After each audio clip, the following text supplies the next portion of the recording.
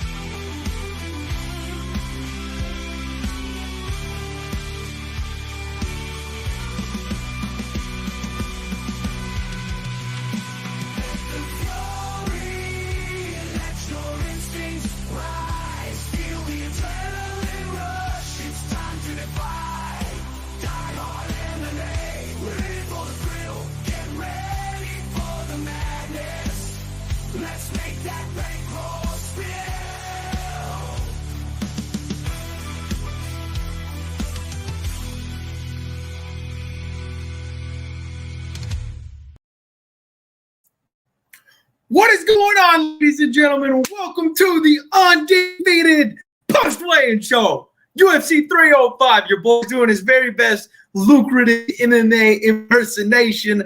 I apologize for the video quality on this bad boy. As you can tell, I'm in parts unknown. Not so unknown. I'm in Vegas, baby. Just pulled in and realized that I reverse swept the fucking PFL. That is the absolute worst way to arrive in Las Vegas, is pulling up the results to the PFL fight you couldn't even watch and realizing that you didn't hit a single fucking bet. So I'm in the hole. I'm in the hole bad, and I just got here. So I've got some work to do. I got to hit the tables. We got to find some spots to cash, and UFC 305 had better be a big night for me, because I ain't going out like that. I ain't going out like that. I hope you all are doing well. I hope you guys are kicking some ass. I will tell you real quick, I'm here with family. I would have made it like a big deal and like set up like meet and greet at Superbook or something like that.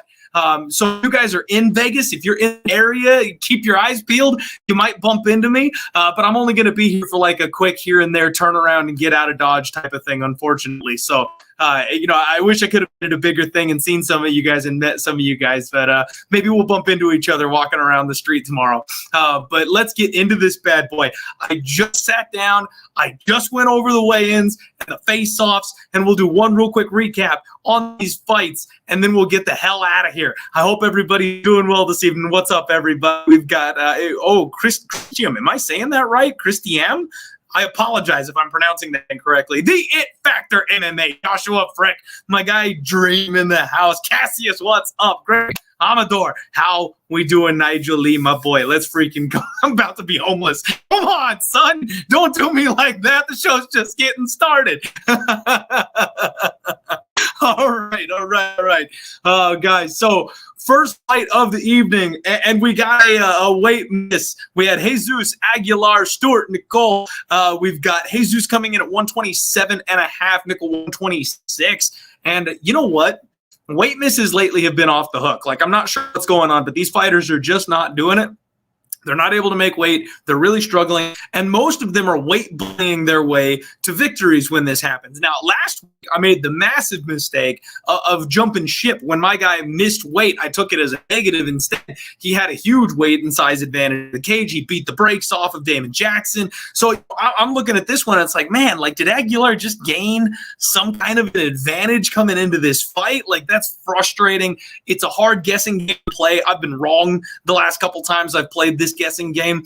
You've got Stuart Nicoll as 205 favorite right now, and I do think he's the side. You know, watching the face-offs, they both look like they're in really good shape. Stuart Nicoll is the larger of the two fighters. I don't like laying chalk on people making their UFC debuts, but I think he's the kind of guy that you would. Hey, Aguilar's got that guillotine, and he loves jumping guillotine. That guy just goes all out on that guillotine, puts himself in bad positions, and then he's got to work his way out of those bad positions. He's got to fight his way up from bottom positions, and eventually he gasses himself out. Eventually he tires himself. Now, he missed weight by a pound and a half, which to me speaks to he tried to make weight. That's the type of weight miss where I think it's going to impact you. That's the type of weight miss where I think that's going to hurt you. If he blew weight by 4 pounds, if they had to call the commission and he cut a half pound to keep the fight on, that's the kind of weight miss where you've got extra energy. That's the kind of weight miss where you've got extra strength. So considering Jesus explodes, and that's really all he's got and all he does, that's the type of weight miss that I think I want to bet against. So I was already leaning towards Stuart Nicoll in this spot. I do like Stuart Nicoll. It's probably a decision, but have seen Jesus Aguilar tap before. I don't mind Stuart Nicoll by sub, and especially if you're going to look at those late round props, because like we talked about, Aguilar gets tired and he gives up those bad positions in fights where he comes in 100%. If he's coming in here and he's having a bit of a tough weight cut and he's not quite 100%, then a late round submission for Nicoll, I think, actually makes a ton of sense. What's up, everybody? We've got some more people rolling in here. JL, first time. Ozzy, what's going on? Trap Lord MMA says he's fried. Not yet. I'm just tired. I'm tired from the drive. I'm about to get fried. I'm going to go get me a shot or two. Cole De Chazier, I haven't seen that name in forever. Cole, how you doing, buddy? What's going on? Insidious Gorilla, my man.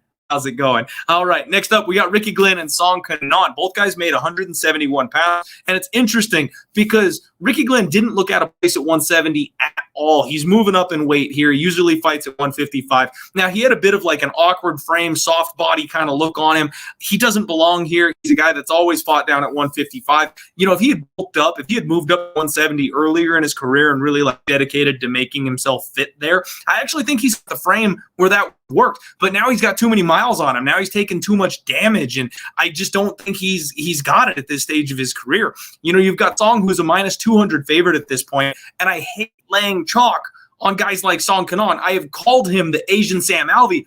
He relies on his power shots. He's low volume, but I think this is exactly the kind of opponent that'll work against, because Ricky Glenn ain't got a chin no more. Ricky Glenn can't take a shot these days. His vaunted durability is just gone out the window. He gets bopped. He's like immediately looking for the exit. So I don't think this is a good spot for him. Rumor has it this might be his last fight. So if he's coming in here for one last paycheck, you saw the face-offs. These guys sized up pretty well, but one of them had some serious fire in his eyes, and that was Song Kanan. I mean, this guy's hungry. This guy wants to win. This guy's looking to compete, and I don't know that Ricky Glenn is at this stage. So for me, it's favored or pass in back-to-back fights here. It would only be Song Kanan for me in this spot.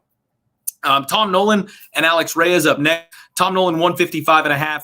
Alex Reyes 156. Reyes did need the box of shame.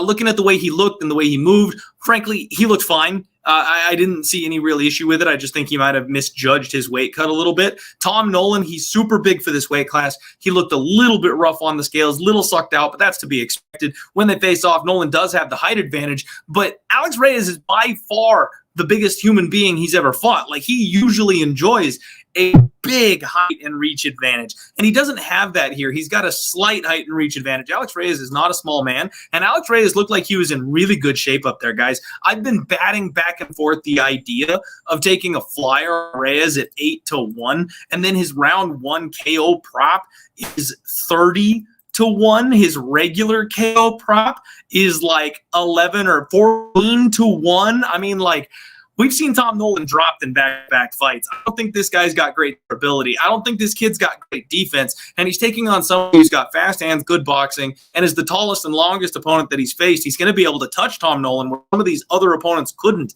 So I am tempted to take just a little bit of a sprinkle on Alex Reyes.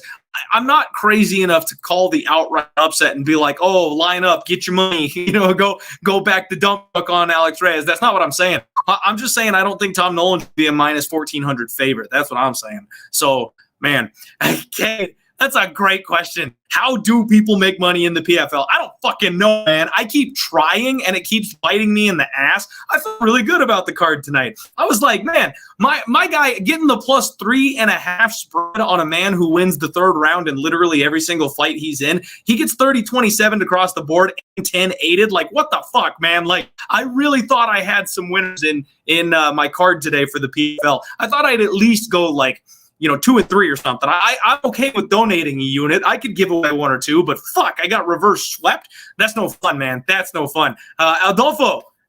Yes, my friend. I'm in Vegas. I just pulled in, and I kind of told people at the top of the show it's a family trip, so unfortunately I didn't set up a meet and greet type of thing. But keep an eye out. Keep your eyes peeled. You might bump into me walking the strip over the course of the weekend. Herbert Burns and Jack Jenkins. We got Burns 146, Jenkins 145.5. Both guys actually looked really good on the scales. I'll be honest with you guys. Herbert Burns looked like he was in really good shape. I was shocked. You seeing him in his frame, it looks like he put some work in. He's well muscled. Good shape for Herbert Burns. Got to just kind of tip the hat a little bit to him. When they face off, Herbert Burns is the taller man as well. Jack Jenkins, he's a little bit of a short, stocky, muscle house type of fighter, so that's not overly surprising. But considering Jack Jenkins has had trouble with takedown defense and submissions in the past, it is a little bit concerning. Herbert Burns, +550, this guy's a world-class jiu-jitsu competitor. And do we just think he's not going to get a takedown at all? I mean, I'm not sure. This is a fight that I'm having a hard time with because I'm absolutely picking Jenkins to win. It's probably Jack Jenkins round 2 or round 3 because of the way Herbert Burns just kind of gasses out and dies in there. But at the same time, I can't really count out Herbert Burns landing a submission early if he's able to get this fight to the ground. That number is quite frankly crazy as well. Burns by sub in round 1 is 18-1. It's like that's his whole path to victory right there. If he's going to do it, that's how it's going to happen. I mean, unless he backpacks the guy or something and he's able to get grappling going, somehow pulls it off in the second. But even then, it's 25-1. The numbers are gross, guys, on Jack Jenkins. Absolutely disgusting. Jack Jenkins to win by KO round 2 is 3-1. Jack Jenkins to win by KO in round 3 is +350. I mean, they're giving you nothing. Absolutely nothing. The only thing that I would maybe get a little greasy with on this one would be the 1.5. Jenkins is going to have to play defense in round 1. He's not really a fast starter, and Burns is a motherfucker right out the gates in round 1. He usually tires out gases the deeper this thing goes. So, maybe over a 1.5. Nate with a really, really good comment, though, guys. There was a short turnaround time for these fighters. They went straight from the actual weigh-ins to the ceremonial face-offs today. It was not like normal where they weigh in the morning and then the ceremonials are in the afternoon.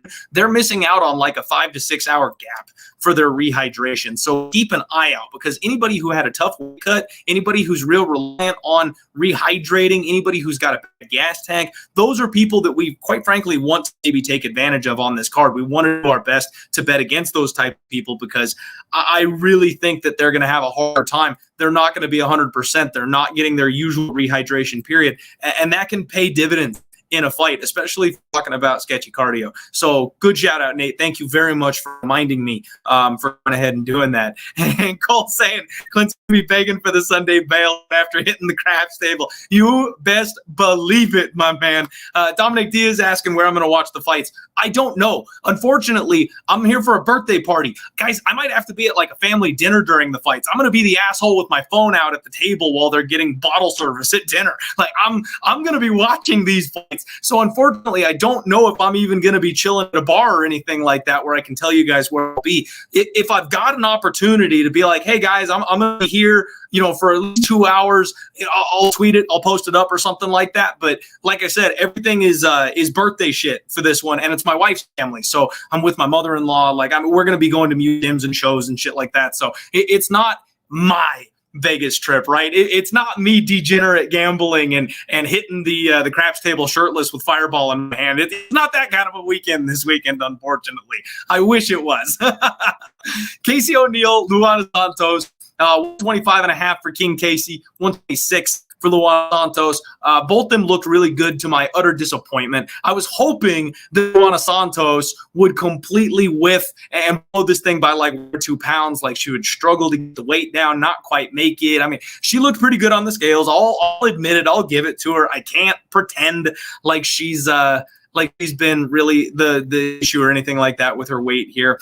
But what I did like is when they faced off, King Casey first off had some fire in her eyes. She really did. I love that. She's fighting at home. This is her backyard. She knows a lot of people here. This is a home game for Casey O'Neill. Luana Santos, like we talked about, short rehydration period. She's got a slight size advantage. I already bet King Casey, guys. People called me insane. I got plus 156 earlier in the week. That is now down to plus 120. So the line has moved my way. That makes me feel good. Get some CLV value there. I really think Luana Santos' cardio is going to rear its ugly head this time, unless she does exactly what she did in her last fight. If she cold cocks Casey O'Neill with the right hand and takes her back and taps her out, we learned nothing. And Luana Santos is just next to have gold wrapped around her waist, I guess. But if that does not happen, and I don't think it's going to happen, I think this fight gets really interesting, and King Casey can flip the tables on her. I think she's got better hands. I don't think she's got better hands. I know she's got better hands. King Casey's been out at Fight Ready. She was out before the camp, so she's been out there for an extended period of time, getting used to the coaches and the staff,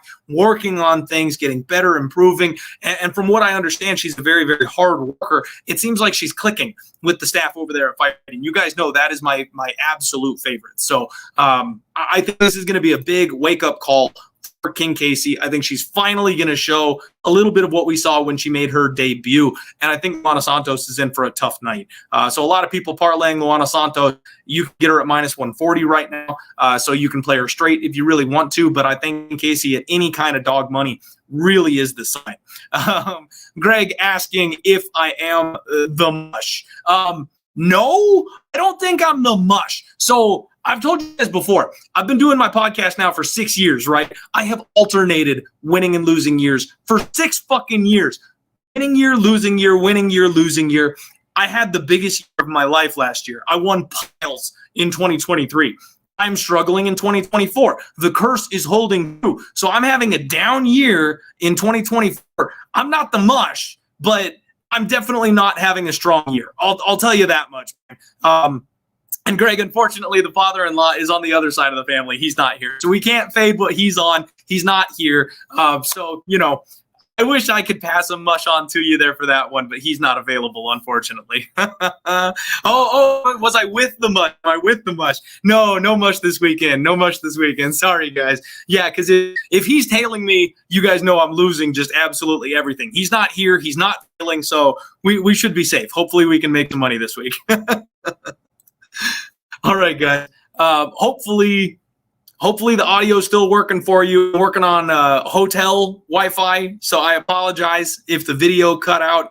But we're going to do our best to just keep on going and knock this show out here for you while I struggle through this bad boy.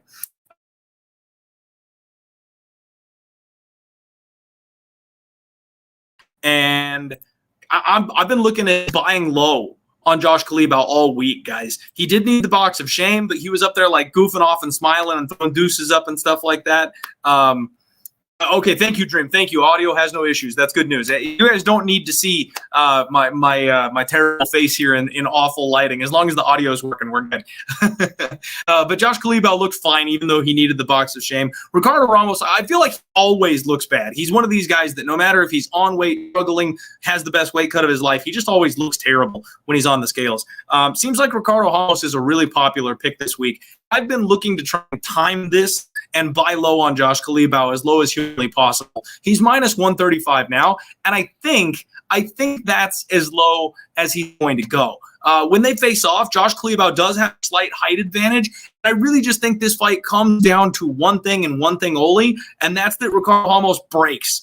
The guy has got a grappling advantage. That's true. He can shoot takedowns on Josh Culibao, and takedowns have worked on Josh Culibao, but it's worked against him with much larger, much more physical, more muscly fighters. I don't think Ricardo Ramos is that. Like, the guy can hit a blast double if he wants to, but he's a jiu-jitsu guy. He's going to be looking for trips and body locks that you're going to have to deal with the balance of Josh Culibao, the athleticism, the speed. Josh Culibao is going to have more volume on the feet. He's the better striker, and when these two go at it, I think Josh Culibao is going to be more processed. Ricardo Ramos eventually will get frustrated and throw a spinning elbow. And as long as Josh Culibao doesn't get clipped by the spinning elbow, I think he's going to win the striking battle. And on top of that, Culibao's been working on his ground game. We've seen not one, but 2 back-to-back tap-out finishes with Ricardo Ramos because he just completely lost his mind in the middle of the fight and gave his opponent his neck. So I'm really going to be looking at Josh Culibao here, guys. Minus 135, buying low. I think that's the spot here. And I've just been waiting for this number to get lower, lower, lower. Because I don't want minus 180 on Josh Culibao. I don't want minus 170 Josh Culibao. Minus 135.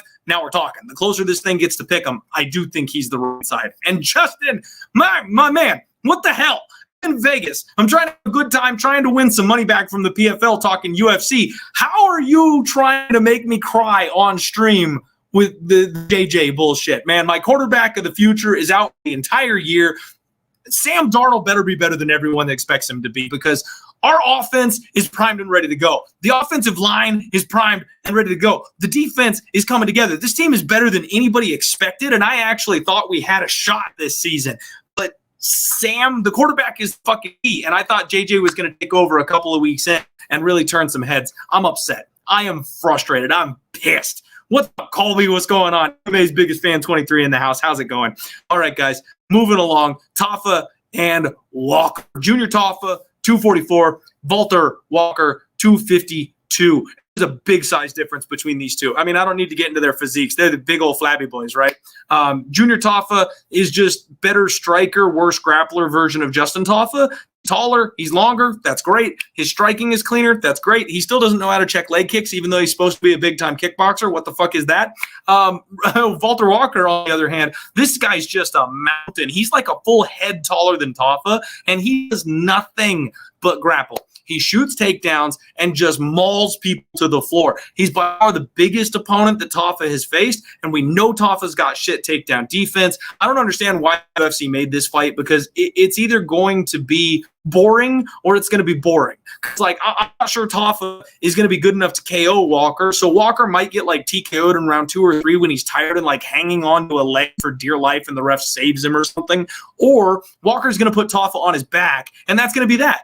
Tafa has no get-up game. Tafa has no ability to counter grapple or work his way back to his feet. This is going to be an absolute stinker of a fight. Now, early in the week, I leaned towards Junior Tafa just because of the striking advantage. Watching these guys face off, seeing the ridiculous size difference, seeing the shape of Valter Walker's body, this guy that has absolutely put time in. He's lost weight. He's added muscle. He's in way better shape for this fight. It looks like he's really coming to try and make some kind of a statement after getting a bit robbed in his last fight.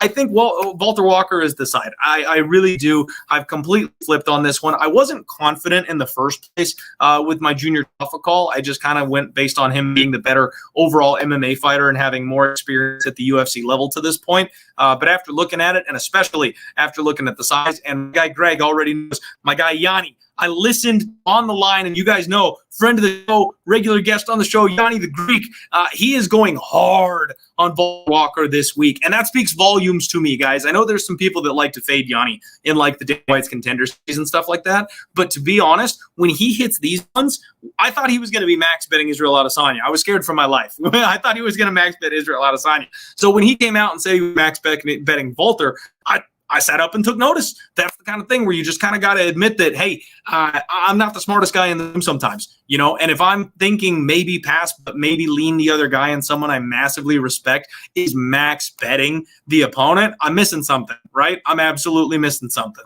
So Valter Walker it is for me. I will flip and tail on that one. Main card getting started here, guys. Do me a favor and hit the like button, please, if you haven't already. Coming to you live from Vegas. Leech, Jingliang Lee takes on Carlos Prattes. 171 for Leech. 170 for Carlos Prattes. And I got to tell you guys, this was maybe the best weigh-in face-off of all. Prattes did need the box of shame. He looked like he was a little rough up there on the scales today, but he's a big dude. He has a lot of muscle on his frame. He's very tall. That doesn't really overly surprise me. The Leech, he was up there having the time of his life. He's smiling. He's flexing. He's feeling good. Frankly, he looks in better shape than he did the last time we saw him, which is crazy because he's coming off of an injury layoff. Now, USADA's gone, so maybe that has something to do with it, but the Leech, frankly, looked absolutely fantastic on the scales today. When these two face off, this was like a I'm ready for blood type of situation. They're going head to head. The Leech is smiling at him. I mean, it was intense. It was fun. It was good. I loved every second of this shit. And guys, I've been trying to fade Carlos Prates since he made it to the UFC.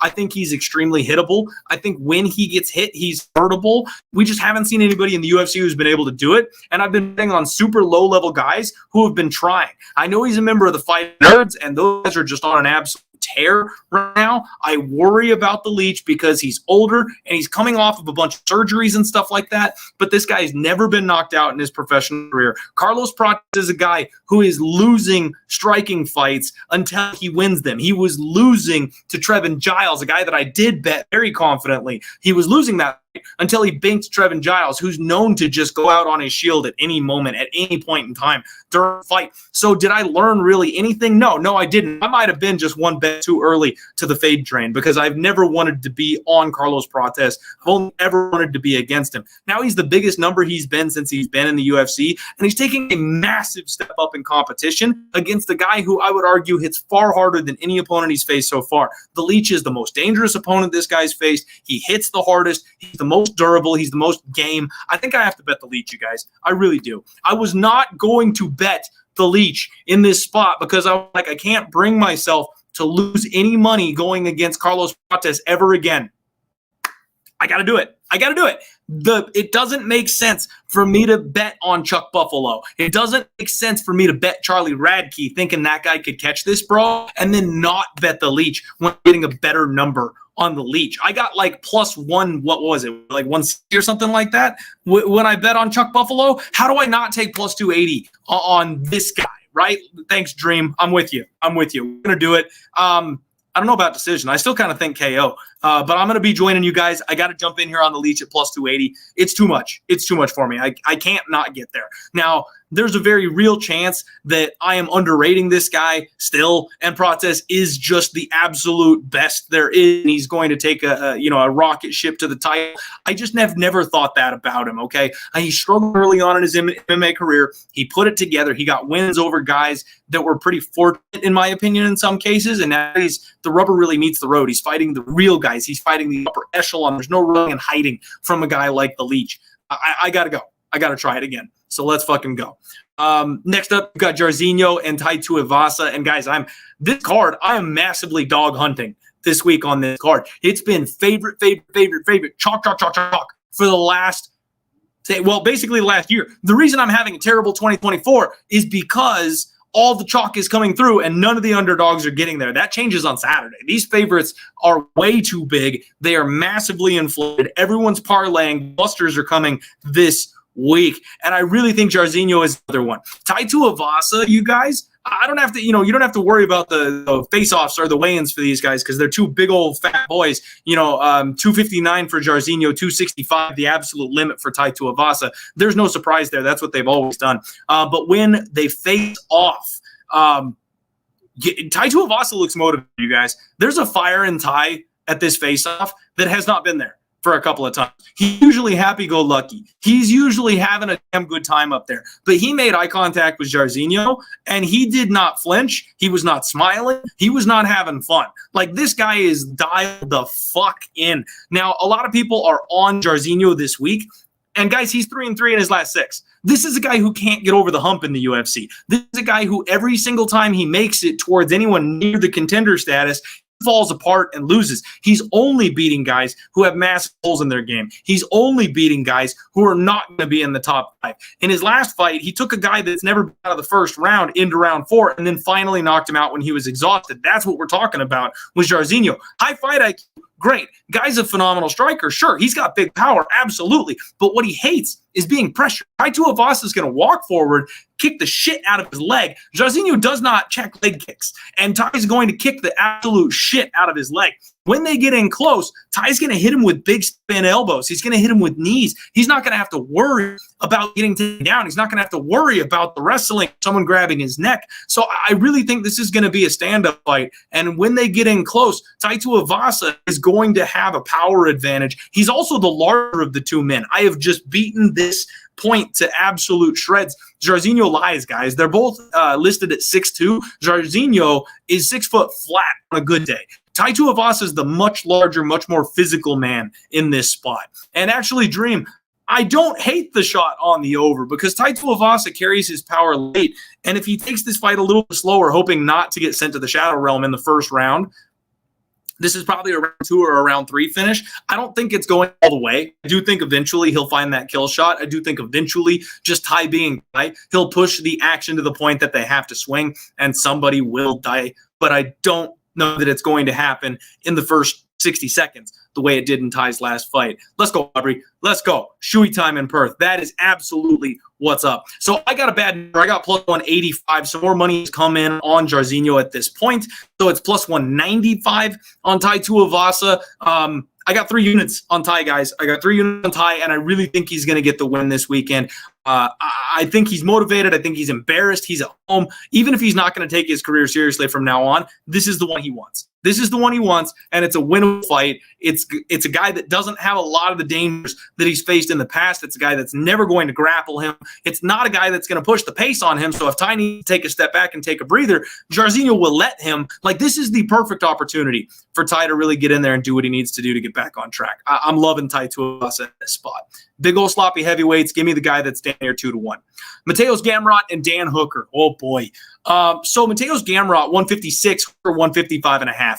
Gamrot needed the box of shame. He was relaxed the entire time. He was absolutely chilling. He was kicking back. He was smiling. He was winking at people. He's fine. There's not like a horrific cut box of shame or anything like that. He's good to go. Dan Hooker, he's a guy that looks like he could barely make weight, which is insane because he came up from 145 pounds. It's absolutely bonkers what this guy is doing because he's got a huge size advantage at 155.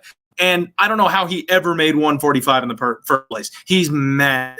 Gamrot's a minus 355 favorite. Dan Hooker is a plus 280 dog. I've got 2 separate sets of thoughts on this one. Gamrot's a guy that I tried to fade with RDA in his last fight. Because of the grappling. I thought RDA would have the power to be able to catch him coming in because Gamrot's not a guy that likes to get hit. He has been dropped in like his last 4 fights in a row. I really thought that RDA would be able to stuff takedowns and then trade with him on the feet. That didn't happen. Gamrot's ability to wrestle and grapple is absolute insanity. What we've seen recently, though, is the UFC is getting in the ear of some of these people, and they're asking them not to be boring. They're asking them not to grapple. We saw it with several fights last week. You know, we saw it with Muhammad Mokaev. He came out and he called the UFC on that shit. Gamrot's the type of guy is knocking on the door of the title shot. The UFC won't get to him, and part of that might be because he's boring. And if they get in his ear and tell him to strike a little bit, he's fucked in this fight, frankly, guys. Dan Hooker can catch this guy coming in. Dan Hooker's got incredible decisions off his back. He's got that patented guillotine, knees up the middle. Like, Dan Hooker is dangerous. This is a dangerous, dangerous fight for Gamrot. However, the flip side of this coin is that Dan Hooker is essentially helpless against grapplers. This man has lost to Jason Knight on his record. And that's just the bottom line for me, guys. I love Dan Hooker. I'm a huge fan of him. I'm a huge fan of his fighting style. But I've said for a long time, if you lose to Jason Knight, I'm betting against him. I've had this as a thing for a while. The problem is you don't hear it very often because not many UFC fighters lose to Jason Knight. He's not good. So I don't get to use this angle very often. But if you lost to Jason Knight, I am picking against you. Okay, Hunter, I know it was 10 years ago, but he got taken down and mauled by Jason Knight. Like, he hasn't fought a wrestler since.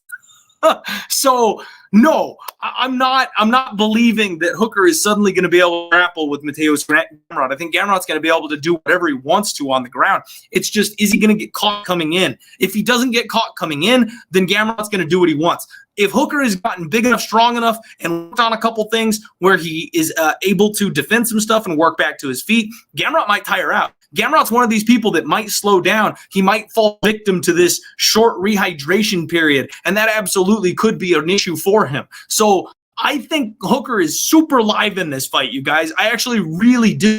But if Gamrot gets his game going, it's going to be one-way traffic. This is a live bet spot only for me. I was very, very tempted to bet on Hooker pre-flop, but I think the smarter the smarter plan is to watch this fight live. If Gamrot gets lead and he starts to show the signs of huffing and puffing, he starts to show the signs of slowing down, maybe that cardio cut's getting to him, Hooker is able to work his way back up to his feet. He's not accepting bottom and throwing up triangles. You know, then you jump in live. If you see what you like in this fight, then you jump in live on Dan Hooker. That's how I think we play this one. I'm going to pick Mateusz Gamrot, and I'm going to look to potentially live bet Dan Hooker and pivot as quickly as possible. And what's up? We got Bro Some Dad here. DGen hours. Absolutely correct. These are DGen hours. Let's fucking go. All right. So, yeah, man, yeah, see, Dirty Reg's got it right here. I don't care how much you drill, you're not stopping Gamrot. He's on another level, guys. He's absolutely on another level.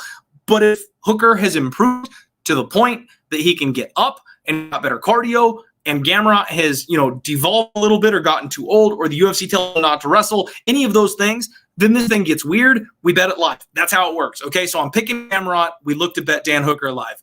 Main event, Steve Erceg, Kai France, 125.5 for Erceg, 125 on the dot for Kai France. And I bet Steve Erceg, guys. I waited until this number got low. I'm trying to do exactly what I did with Joshua Culibao. I tried to time this thing where it got as low as possible. Erceg got down to minus 160. I jumped in. He dipped down to 155. I felt like an idiot. And then he skyrocketed all the way back up. Now he's minus 175 again. So I'm feeling really good. I missed it by 5 cents. I almost got the exact bottom of the market. I was so close. I was so proud of myself. So I've got Steve Erceg minus 160. I love it. I love it. All right. So he's going to have a massive height and reach advantage. Okay. He looks huge compared to Kai France in this spot. And we've talked about the quick turnarounds coming off the title fight loss, et cetera, et cetera.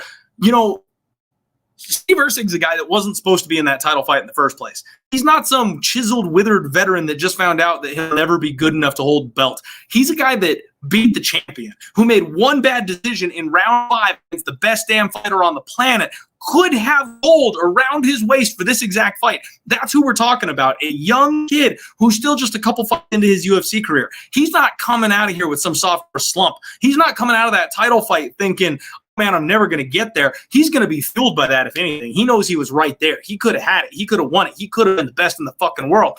I love Steve Erceg. People are upset at me for jumping. People think I'm a jinx. I'm jumping in on Steve Erceg. They think I'm ruining their bet. Bro, I was betting on Steve Erceg when you didn't know who the fuck he was. Like, I love this guy. I've been on him since he made it to the UFC. I had him circled when the UFC was going to bring Erceg in on Dana White's Contender Series, and that got canceled because of COVID. I've been the biggest Steve Erceg person on planet Earth since he freaking got here. So don't talk to me about Steve Erceg. It's Erceg Astro Boy season all day. He's got a grappling advantage. Yes, Kai France might have a speed advantage when he throws that overhand, but Erceg is a slick striker. He can mix in the grappling. I am looking forward to this fight. It should be a banger. It's a good second run type of test. Whether or not Steve Erceg is ready for the title, I do think he'll be able to mix in his grappling and keep Kai France guessing, fight out some back time, maybe even catch a sub. And on the feet, it's a very close fight. I favor Erceg. You got to favor Erceg because he's more well-rounded in this spot, in my opinion. And kid's actually pretty decent high fight IQ. He fights very well. Good game plan. Kai's a very good striker. I'm not trying to take anything away from Kai. Not trying to take anything away at all. But I do think that Erceg is the more well-rounded MMA fighter. And for me, that justifies him being a betting favorite. Mark asking if I'm going to wear a Utah hockey team jersey. I've decided. Those are my boys. Those are my boys. I wasn't cheering for the Arizona Coyotes because I lived in Arizona, right? Like, that's my team. Those are my guys. Clayton Keller, like, that's my dude. So I'm going to be cheering for them. I don't know if I'm going to go so far as to buy a Utah hockey jersey. I don't want to support the the company that runs them, you know what I mean? And maybe when they get a real name. Maybe when they get a real name and they're not the hockey club, then maybe I'll buy a jersey or something like that. But probably not. Probably not for the Utah Hockey Club. But I'll be watching the games. I'll be betting the games, and I'll be cheering for my boys. All right, guys. We have main event here. Dricus du Plessis, Israel Adesanya. DDP comes in at 185. Israel Adesanya, 184. Middleweight championship title time. Obviously, Israel Adesanya has a slight height and reach advantage in this spot. Dricus, even though he's a little shorter, he is more muscled. He is thick. That dude is ripped. He is jacked. You guys know I'm all in on DDP, right? This line is moved to pick'em, and I got in on the plus money on Dricus du Plessis, 5 units. So I really hope that you guys, if you were liking that side, I hope you jumped when it was plus money, because it's a lot more fun at plus money than it is minus 110. Love Dreykus, guys. Love Dreykus in general. Another guy like Steve Erceg that I found a long time ago. He's on a 6-0 underdog betting run, and I've just been piling in and betting him the entire way since he got started. Greg, I'm not sure what you're saying. He's saying that DDP looked drained as fuck. He was up smiling the entire time. I mean, like, even at the weigh-ins, not the ceremonial weigh-ins, but like the initial weigh-ins, he had a smile on his face the entire time he was up there getting weighed in. This guy is feeling himself. He's got that championship reinforced confidence. And this is something funny. I wanted to talk about this one because I spoke, 2 weeks ago about how Leon was overconfident and looking past his opponent. And he was treating Bilal like he didn't deserve to be in the room with him. That's overconfidence. That can be a negative. And it's another reason why I loved Bilal in that spot. Dreykus has championship confidence. This guy is meeting Israel Adesanya eye to eye. This guy is talking trash with Israel Adesanya. He's talking about taking it seriously, going in there and beating Israel. He's talking about how he's going to solidify his legacy. He's not looking past the guy. He's not calling for a 2-weight division champion status. He's not thinking about the next contender. He's not saying he doesn't belong in there with me. Dreykus is saying I've prepared for the very best version of Israel Adesanya, and I'm ready to beat that man. That's the kind of confidence I'm looking for. A man who knows the challenge ahead of him, who's prepared his utmost to face it, and is ready for it. This is going to be a hell of a fight, guys. If you are taking the buy low on Israel Adesanya, I don't blame you whatsoever. I've been an Izzy guy for a very long time. I bet on Izzy many, many, many times. I bet him a knockout when he fought Alex Pereira and won. Like, that was my one lone claim to fame against Alex Pereira, as I got the Izzy KO money that night.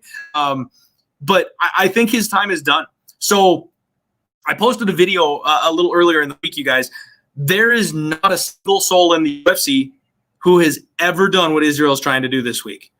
There are 2 UFC champions who are 3-time in-division champions, John Jones and Randy Couture. Those 2 men both lost their titles for outside the cage issues. Both those men were stripped of their titles. Randy Couture got into a big old legal battle with the UFC and they took his belt away. John Jones ran over a pregnant woman and they took his belt away. Like, that's what happened to them. They never lost it in combat for the second time. There's a bunch of people who have lost their belt in combat and then went back and won it back a second time. Nobody has ever lost their belt in a fist fight twice and then gone on to win it back for the third time. Israel would literally be making UFC history if he pulled that shit off on Saturday. Now, we want to go back to what we were talking about with like the mental state of these fighters, things like that. Guys, I don't like what I'm seeing from Izzy. Now, this has nothing to do, obviously, with their physiques or the way they strike or the matchup or the stylistics. Cole, my man, thank you. I will absolutely have some fireball for you, but thank you for watching the show. Israel Adesanya is talking some crazy stuff. I mean, he's always weird, don't get me wrong. Izzy's always been a weird guy, but the way he's comparing literal dicks with the champion, him breaking down and crying at the weigh-ins, that's a new level for me. Now, guys, I'm a progressive man, okay? I understand men need to have feelings, and sometimes you need to express those feelings. But when your opponent in a fist fight is sitting a few feet away from you and has simply said that he doesn't care about your life story, and that's enough to send you spiraling into tears, especially when you lost your belt the last time you were in the cage and you were drinking the week of. And I mean, like, it really, I feel like Israel Adesanya climbed his mountain. You know, his opponent, the guy that he was never able to beat, the guy that took his belt from him, that was the mountain. That was the pinnacle. That was the best challenge, biggest challenge Israel's ever had in his entire career. He did that. Now what? He's trying to make this thing about Dreykus like super personal and semi-racial. I mean, I'm an American-born white guy, okay? I'm not going to speak too much on the racist undertones of a couple of African fighters that are going at it on Saturday. But to my untrained eye, I didn't see a damn thing that Dreykus did or said that should disrespect or upset Israel Adesanya the way he is upset at this man. He's doing everything he can to make it extremely personal to the point of running himself into the ground and shedding tears at a press conference. If I had an Israel Adesanya ticket in my pocket and I was seeing this shit, I'd be shaking in my boots. That does not scream mentally stable to me. And on top of that, Dricus is just a physical force, you guys. He is not the most technical fighter out there. He has never been the most technical fighter, but he hits the hardest. He's the strongest. He does things from awkward spots and angles that make issues for his opponents. We've seen Israel Adesanya can be overpowered sometimes. We've seen he can be taken down sometimes. There's a lot of things that Dricus can do in this fight simply by being more physical than Israel Adesanya. I have no problem ever betting against literal history being made. A lot of people are looking at Israel Adesanya coming back and taking this belt. They don't understand that this would be a one-of-one situation. Nobody's ever done what Israel Adesanya is trying to do on Saturday. And I bet against someone making history and being one-of-one every time because there's so few one-of-ones, quite frankly. And then you want to look at the last of the numbers. Israel Adesanya is now 35 years old. Fighters don't win at 35 anymore. And not title fights. There's three UFC fighters that have won gold at the age of 35 or older. Your body takes a dip off. Trust me, I'm 36. My back fucking hurts. My knees are shot. Like, there's something that happens when you turn 35 years old. So, yeah, man, it's all Dricus du Plessis for me for a lot of reasons. And I'm loving that Dricus has made back-to-back opponents cry on the microphone. This man is something else. Guys, that's it for me. That is the undefeated post-weigh-in show, and still Dricus du Plessis. So I have currently got big bets on Dricus. That's a 5-unit max underdog bet on Dricus. I've got a 3-unit bet on Tai Tuivasa at plus 185. I've got a 3-unit bet on Casey O'Neill at plus 156.